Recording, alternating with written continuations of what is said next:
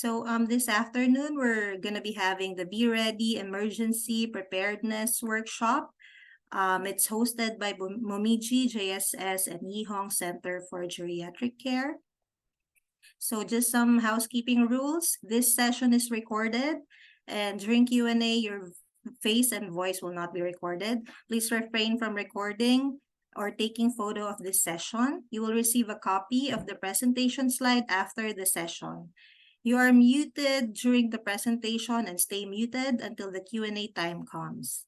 Keep your note for any comments and questions during the presentation.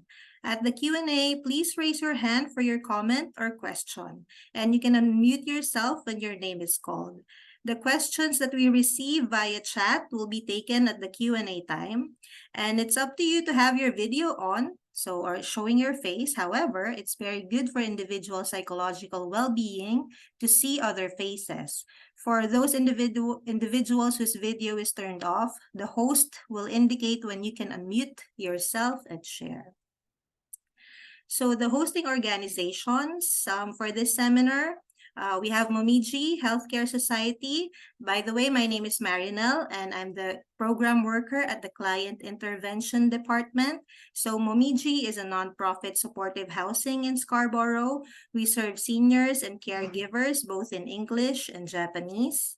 And we have virtual and in-person programming for seniors and caregivers in GTA and at Momiji. We have a program called Seniors, IT, and Beyond. It's consultation on IT devices for seniors, and it's both in Japanese and English. You can book a session that's every Tuesday and Friday. And we also have a Torichi Bento fundraising for $15. If you order by November 17th, you can pick up your bento on November 22nd. And on November 18th, we have Momiji Holiday Market. So this is from 11 a.m. to 3 p.m. And this is free admission. And Rumiko will introduce the Japanese social services. Please go ahead, Rumiko. Thank you, Marinelle. So my name is Rumiko, Program Coordinator from Japanese Social Services. So Japanese Social Services is a non-profit agency that provides counseling and programs in both English and Japanese. So you can reach us by phone or email, as you can see on the screen. And we offer a variety of programs for seniors, such as craft club, singing club, and online yoga. So if anyone interested in, please visit our website for more information. And also JSS is starting its annual holiday drive program. So JSS will be purchasing and then delivering food, essential items, and a gift card for families in need. So we would appreciate your support in the form of a donation. So to make a donation, please visit our website, jss.ca Holiday Drive 2023 for more information. Thank you. Thank you, Rumiko. And the next hosting organization is Yee Hong Centre for Geriatric Care. Unfortunately, Angela is not here today. So Yee Hong is a nonprofit agency providing community support services, home support services, and long-term care homes and hospice. Their current community service status is remote only, and this is their phone number. And for upcoming events at Yee Hong Community and Professional Services, please visit their website. So those are the hosting organizations. And our presenter for today, we have two presenters. So they are Canadian Red Cross volunteers. We have Obianjunwa and Vicky Koirala. Good afternoon, everyone, and thank you so much for attending the online training for Be Ready. And this is the Be Ready Emergency Preparedness Workshop. My name is Anne, and I'm sorry I'm not sharing my video. Okay, my video is on right now, but I would have to turn it off because I don't want the program to boot me out. So I will be making this presentation with Vicky.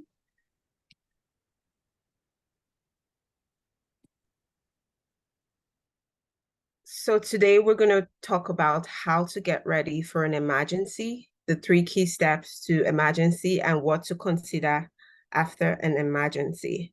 So before I go on, I like to describe the meaning of emergency. So emergency disrupts your life. So it just changes the whole scenario of your life. So that's what emergency is, and disaster is widespread emergency. So I want you to understand what that is.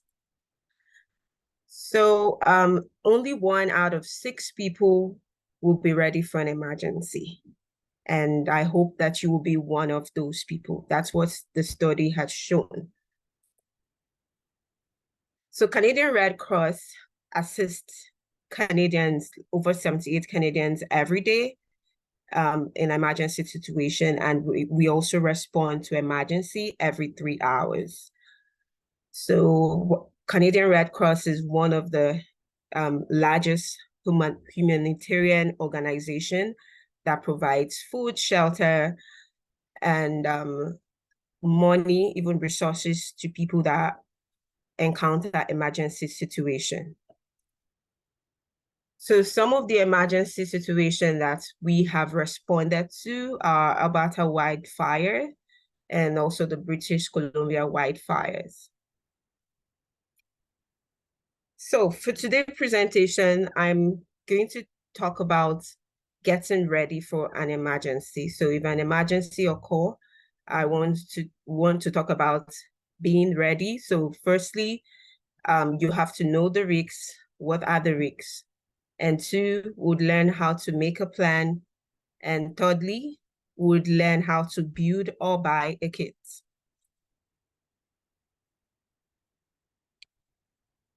Okay, so the first step is know the risks. So depending on where you live, so there are different risks that can be prominent or that can be present in the places you live in. So it's important that you know the risks so that you can prepare for any emergency situation that you can encounter. So I'm going to talk about some of the risks. So for instance, I would basically focus on the common risks that can occur anywhere. So for instance, fire can occur in a house. So you want to prepare in case there's a fire disaster in the house. Also, flooding is another common risk that can happen. And also extreme heat and thunderstorm is also one of the risks that can occur. So I would focus on just the risks that we can encounter because different areas can encounter different risks. So for you to know the risks that is more common in your area, there are ways you can go about it. So you could also contact your municipal local number, and they can provide some of the risks that are common in your area. So if you live in Scarborough, you want to be familiar with the kind of risks that you can encounter, and they can provide that information. And if you're very good with using the internet, like everyone is here, and I mean, this is an online, so I expect everyone to be familiar with using the internet. You can also look up Public Health Agency of Canada. And then you want to also sign up to Red Cross for alerts. So you could sign up for local alerts from your the area you live in. Okay, so I've mentioned some of the hazards that can occur in our area. So I'm just gonna put it out there for everyone that is present today. And I would like to ask you this question. So what are the top 3 hazards that you can encounter in your area? Just unmute yourself and speak.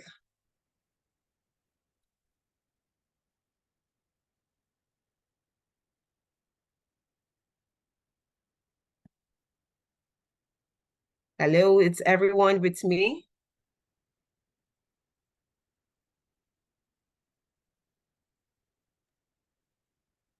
Anyone?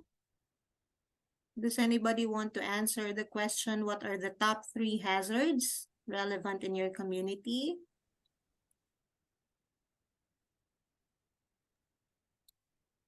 Okay, so if no one wants to respond, I'm just going to go over the hazards again. So some common hazards that we can encounter in our homes could be fire. It could also be flooding. It could be power outage. So we want to be familiar with those hazards that can occur anywhere. Like fire could occur in any of our homes. That's a possible hazard. And flooding from heavy rainstorm or even windstorm. It could become really windy and it could pull down. I mean, in Scarborough 2 years ago, there was an incident of windstorm where it pulled down trees and that affected some roofing. Okay, so you want to be familiar with the common hazards in your area. I think one of the biggest problem in my neighbor, in my area is flooding, heavy rain, flooding something. Yeah, flooding damage the people's basement, and also sometimes the subway stop. And anyway, the street is like a river. Just recently it happened so often, so scary. Yeah. That's correct. And that's why it's important for us to be ready for these emergencies that could occur. So I'll move on to the next slide.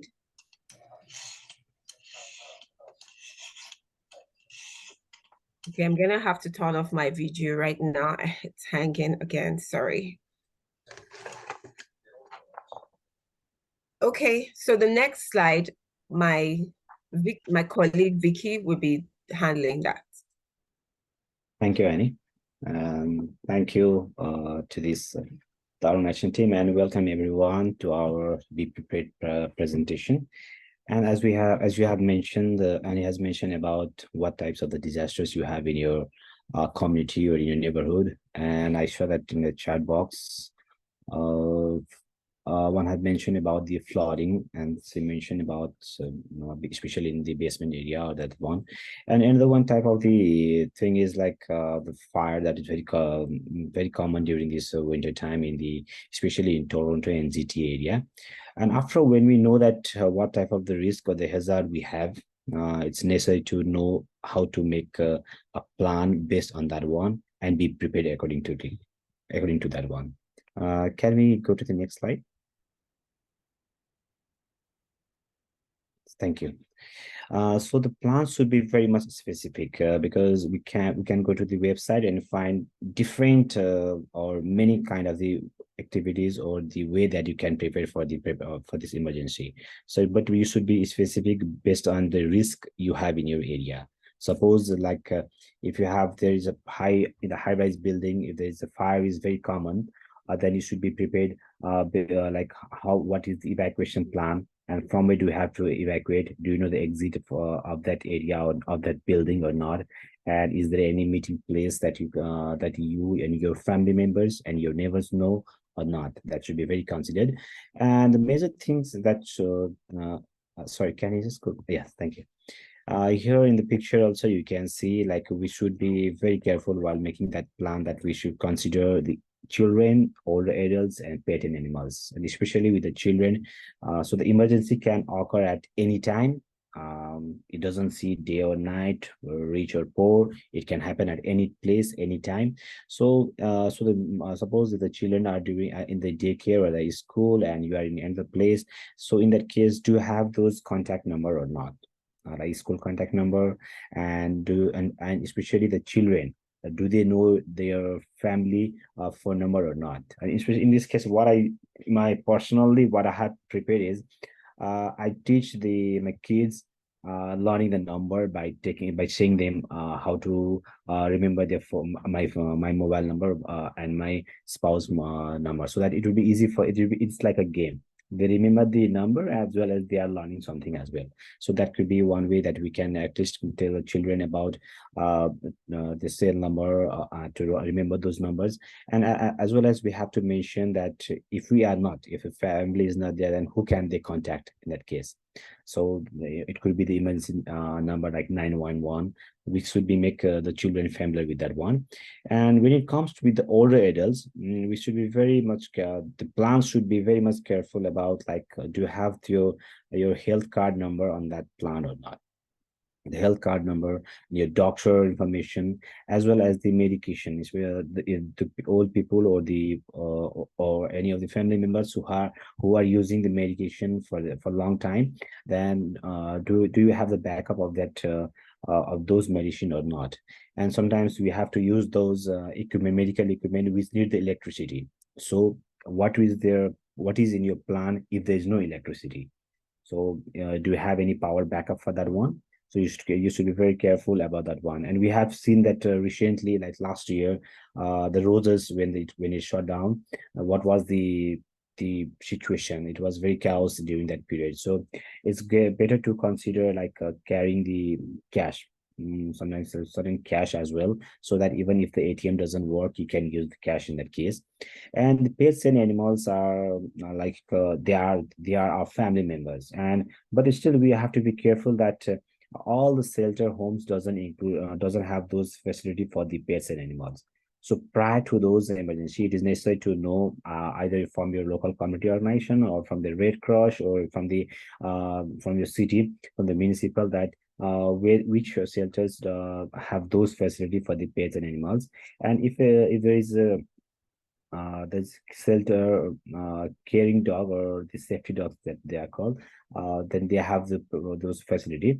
And in another one is like for the Red Cross, there's emergency plan template. And here in the chat box, I'll just mention where you can find those emergency emergency plan template is in Red Cross .ca/READY. Ready. This one is for the Red Cross, and if you are in Atlantic Canada region, it is the redcross.ca/BREADY. So in this slide, you can in this website you can find those emergency plan template, and this plan template can be more specific, like how many family members do you have, and what are those needs for based on those family numbers, and do you have the kids or not, and do you have the pets or not. That should be very taken careful. And first of all, while making a plan, is the contact information, like do you memorize that one or not? And since all the time the phone may not work during those emergency, so it's better to keep in notes in the certain notebook, writing down all those numbers, emergency number to whom you can contact. And it's necessary like you keep those extra numbers as well of those people who are out of those emergency contact area. Suppose you have the flooding, then you have the contact number of those people who live of your neighbor or who live very close to you but have the same impact of the flood. Then in that case, it may not be much helpful. So you take some of these number who are far from your living area. And the meeting place is like if certain emergency is there, then is there any spot that you go and meet together? So it's very necessary that you inform those information to your children, know about that one, and they know about where they exit or all those important things.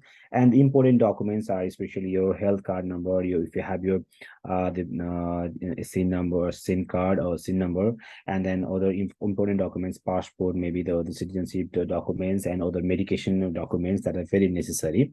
You just have to take care about that one, and you can take the copy of that one. It's not with the original one, but you can at least make a copy of those and keep it with you.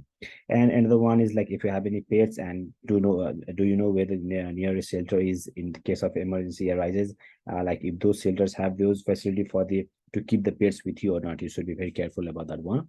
And other is like in your household, if there's any special consideration, like the kids, like adult, as well as the aged people who are using the medication, who needs the electricity for those medication, as well as that's very important for your plan.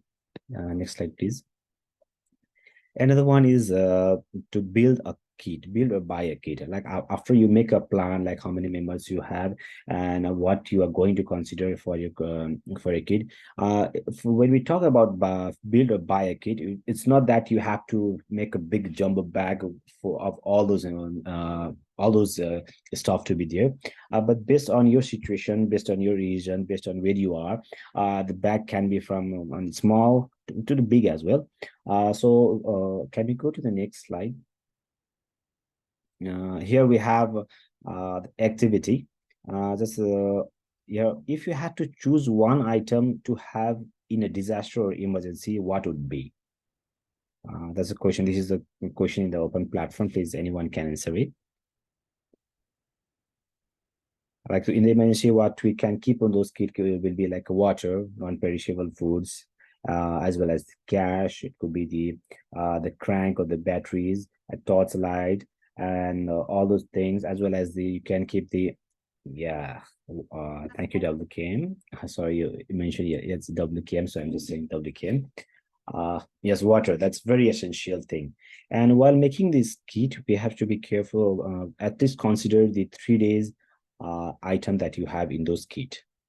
Like during this, we have already faced those COVID situation where it was like we cannot get out of our room for several days. So in that case, we have to be considered for that one as well. But at least for 3 days, keep the items that can fulfill the basic needs, like water or the canned food, and then the cash, or suppose if there is a power cut off, then maybe you need the warm clothes. And for your kids, you may need the small toys that may be helpful for them when they are under such situation. And the kits can be different. One is the emergency preparedness kit that we keep with us in our home, and it should be kept in the easily accessible place which is known to you and to all of your family members. And like, so if emergency happens, then you can just grab it and go. And another one is the workplace kit. Like if you work in certain area, then there should be like for the CPR stuff, so this AED that is called, that should be in that place. And another one is the car kit. Since most of us have the Toronto GT area, most of the households they rely on the car as well, on the private vehicles. So in the winter time, it's especially when you are in the winter time traveling, then you keep the warm clothes, extra warm clothes, the water, and those batteries as well that is needed when it may get the shutdown. And these are the certain checklists that you can prepare. It doesn't mean that you have to have all, you can only this much limited on this one. You may keep more than that one based on what do you need and what type of the risk you have in your area. And here you can just prepare your personal kits using the Canadian Red Cross, and it's in the website as well. And items that you can consider is water for drinking and cleaning, especially for the 3 days. And water is like 2 liters per day per person. It is that's the thing. And non-perishable food items, like the food that won't get damaged even after that doesn't need to be given again back to be frozen even often when you open it. So the side of the foods items should be kept, like it could be the nuts, butter, cheese, like that one, and the PPE, gloves, mask, and the sanitizing and the hygienic items like sanitizer, soap, you can keep that one. And the can opener, since if you are using the canned food, then manual can opener will be very necessary. And for the baby supplies, that could be your diaper or the wipes or all those things. And other important documents are your official documents, passport, your health card, and or the important medical prescription documents as well. And packing and storing your kits, as mentioned, it should be very easily carryable. That means it's like easy to carry bag. Excuse me, sorry. And like in the picture you can see, like you can just carry as a backpack. That will be quite easier to carry as well. And as well as when you store your kit, keep it in the clean, dry, and easily access to everyone, and make sure that all of the household members know that where you have kept it. And another major thing is, like when you keep those items, maybe some of the items might get expired, especially the medicine or the first aid items as well. So in that medicine or the foods as well. So regularly check those items, like annually you can check those items, or biannually you can check those items and just replace that with a new items. And one of the things that what we can do is, when you are getting those items for your kids, take those items which have a long lifespan, especially for the canned food that has a long lifespan as well. So it's better to keep that one. What to consider after emergency? Maybe Annie will be talking this one on what to be considered after emergency. Thank you. Thank you so much. So what we can consider for after an emergency. So emergency situation could have an impact on our health, and then we might need to talk to someone. So also we might also need to, like, there are some local numbers that you could call for the mental support that you might need after an emergency.